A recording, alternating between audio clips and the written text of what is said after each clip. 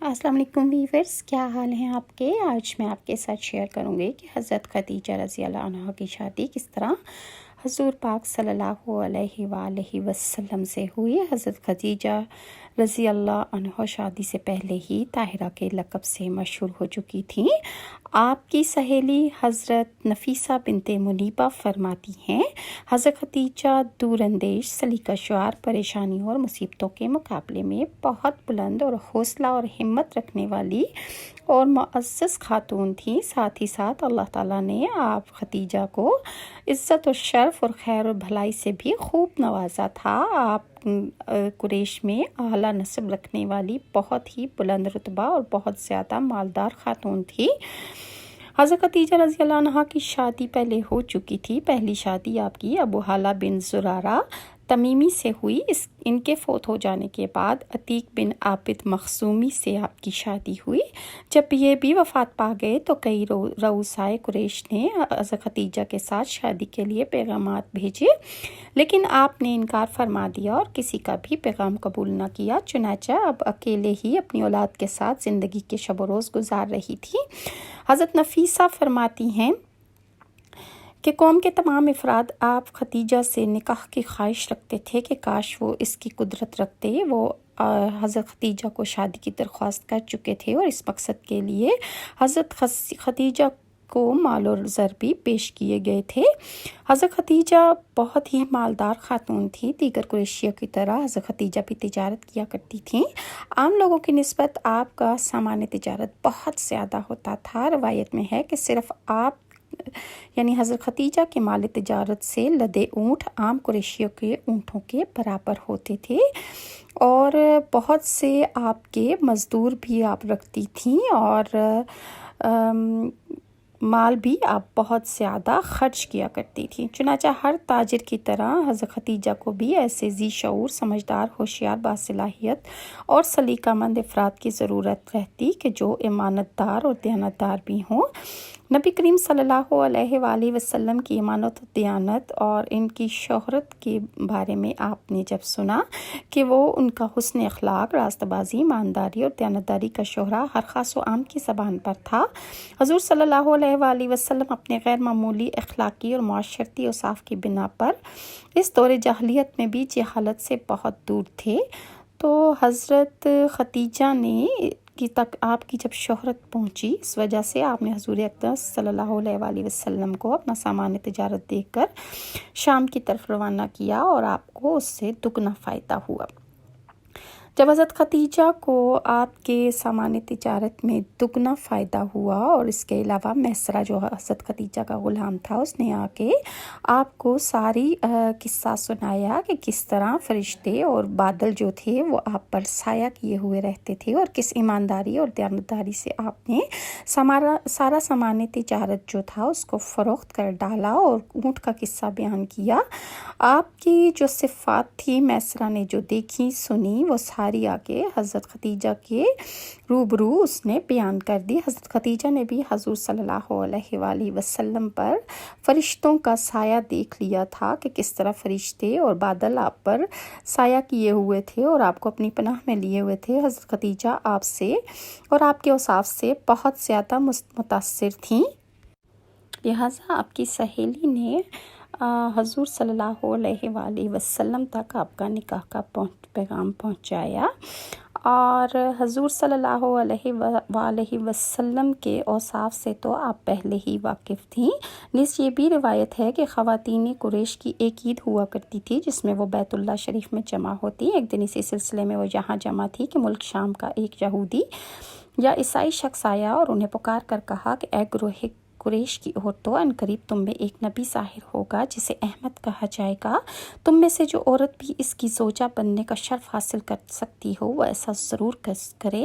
یہ سن کر عورتوں نے اسے پتھر اور کنکر مارے، بہت برا بھلا کہا اور نہایت سخت کلامی کی، لیکن حضرت خدیجہ نے خاموشی اختیار فرمائی اور اس بات سے منہ نہیں موڑا جس سے دیگر عورتوں نے منہ پھیر لیا تھا، بلکہ اسے اپنے ذہن میں محفوظ کر لیا۔ اس کے بعد جب میسرہ نے آپ کو وہ نشانیاں بتائی جو اس نے دیکھی دیکھی تھی اور خود آپ نے حضرت خدیجہ نے جو نشانیاں دیکھی تھی، اس کی وجہ سے آپ کے ذہن میں یہ خیال پیدا ہوا کہ اگر اس یہودی نے سچ کہا تو وہ حضور صلی اللہ علیہ وآلہ وسلم ہی ہیں۔ لہٰذا حضرت خدیجہ نے اپنی سہیلی نفیسہ بنت ان کو حضور صلی اللہ علیہ وسلم کی رضا معلوم کرنے کے لیے بھیجا کہ وہ نکاح کرنا چاہتی ہیں ان سے۔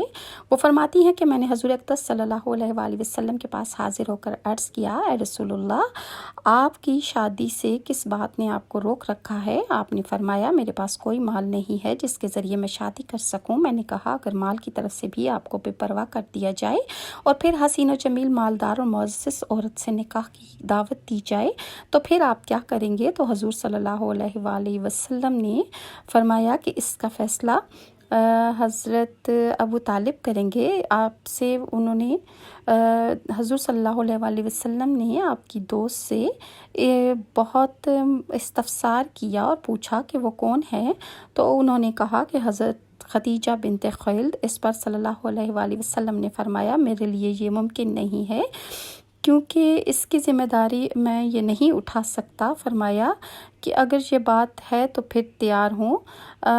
حضور صلی اللہ علیہ وآلہ وسلم کے ذہن میں تھا کہ وہ بہت مالدار ہیں اور میرے پاس کچھ نہیں ہے، اس لیے آپ جو تھے اس نکاح کے لیے راضی نہیں ہو رہے تھے، لیکن آپ کو نفیسہ بنت منیبہ نے راضی کیا۔ حضرت خدیجہ کے پاس آئیں اور کہنے لگی، مبارک ہو، محمد مصطفیٰ صلی اللہ علیہ وآلہ وسلم آپ کی خواستگاری فرماتے ہیں۔ اس پر حضرت خدیجہ بہت خوش ہوئیں اور اظہار مسرت کیا۔ پھر کسی کو اپنے چچا عمرو بن اسد کے پاس بھیجا کہ بوقت نکاح وہ بھی موجود ہوں۔ ادھر حضور صلی اللہ علیہ وآلہ وسلم بھی ابو طالب، حضرت حمزہ کے اور دیگر چچاؤں کے ساتھ اور حضرت بکر صدیق اور قبیلہ مضر کے دیگر رؤسا کے ساتھ حضرت خدیجہ کے مکان پر تشریف لائے اور نکاح فرمایا۔ نکاح کے یہ پرسعید تقریب پر رسول اللہ صلی اللہ علیہ وآلہ وسلم کے شام کے سفر سے واپسی کے 2 ماہ بعد 25 دن بعد یعنی منعقد ہوئی اور حضرت خدیجہ نے رسول اکریم صلی اللہ علیہ وآلہ وسلم کی زوجیت میں آ گئیں اور آ کر انہوں نے قیامت تک تمام مومنین کی ماں ام المومنین یعنی ماں کہلائیں تمام امت کی۔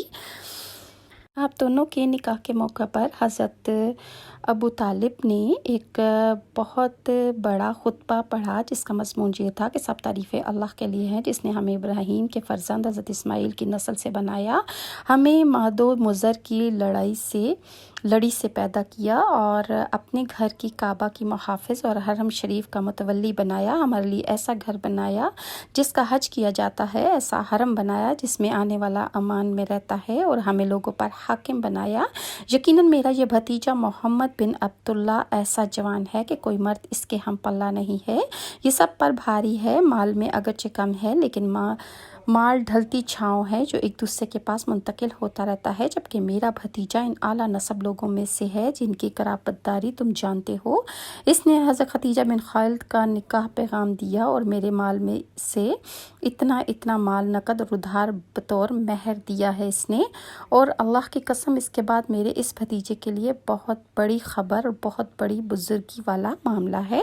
ابو طالب کے خطبہ مکمل کر لینے کے بعد حضرت خدیجہ کے چچا زاد بھائی ورقہ بن نوفل نے بھی خطبہ پڑھا۔ انہوں نے کہا، سب تعریفیں اس خدائے بزرگ و برتر کے لیے ہیں جس نے ہمیں ایسا بنایا ہے جیسے کہ ابو طالب بیان کر چکے ہیں اور ہمیں وہ فضیلت بخشی جس کا انہوں نے ذکر کیا ہے، چونکہ ہم تمام اہل حرم کے سردار ہیں اور ان کے پیشوا ہیں اور تم سب بھی ان تمام فضیلتوں کے اہل اور جامع ہو کہ کوئی گروہ تمہاری فضیلت کا انکار نہیں کر سکتا اور کوئی شخص بھی تمہارے فخر و شرف کو رد نہیں کر سکتا، اس لیے ہماری خواہش ہے کہ تمہارے ساتھ نکاح کے ذریعے اتصال اور یگانگت قائم کی جائے، رشتہ داری قائم کی جائے۔ اے گروہ قریش، گواہ ہو جاؤ کہ میں نے 400 دینار مہر کے عوض خدیجہ بنت خویلد کو محمد بن عبداللہ کی زوجیت میں دیا۔ حضرت خدیجہ کے چچا عمرو بن اسد کا خطبہ۔ جب ورقہ بن نوفل کا خطبہ ختم ہوا تو ابو طالب نے کہا، اے ورقہ، میں چاہتا ہوں کہ خدیجہ کے چچا عمرو بن اسد بھی خطبے میں شریک ہوں۔ چنانچہ عمرو بن اسد نے خطبہ دیتے ہوئے کہا، اے گروہ قریش، گواہ ہو جاؤ کہ میں نے اپنی بھتیجی خدیجہ کو محمد بن عبداللہ کے زوجیت میں دیتا ہوں۔ نکاح کے بعد حضرت خدیجہ نے حضور صلی اللہ علیہ وسلم سے عرض کیا، اپنے چچا سے فرمائیے کہ اونٹوں میں سے ایک اونٹ ذبح کر کے لوگوں کو کھلائیں۔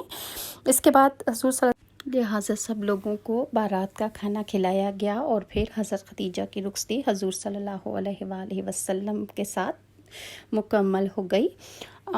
انشاءاللہ نیکسٹ ویڈیو میں